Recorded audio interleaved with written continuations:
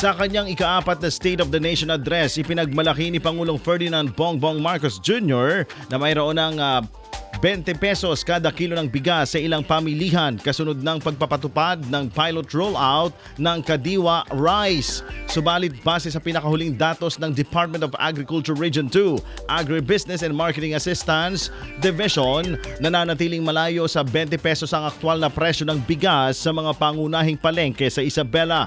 Batay sa monitoring mula sa mga pamilihan sa Tumawini, Roxas, Ilagan City, Santiago City at Cauayan City, ang local commercial rice ay nasa 48 pesos hanggang 60 pesos kada kilo para sa special variety, habang 40 pesos hanggang 46 pesos naman kada kilo ang premium rice. Kapareho rin ito ang presyuhan ng imported commercial rice, samantala ang mais gaya ng white at glutinous varieties ay naglalaro naman sa 50 pesos kada kilo.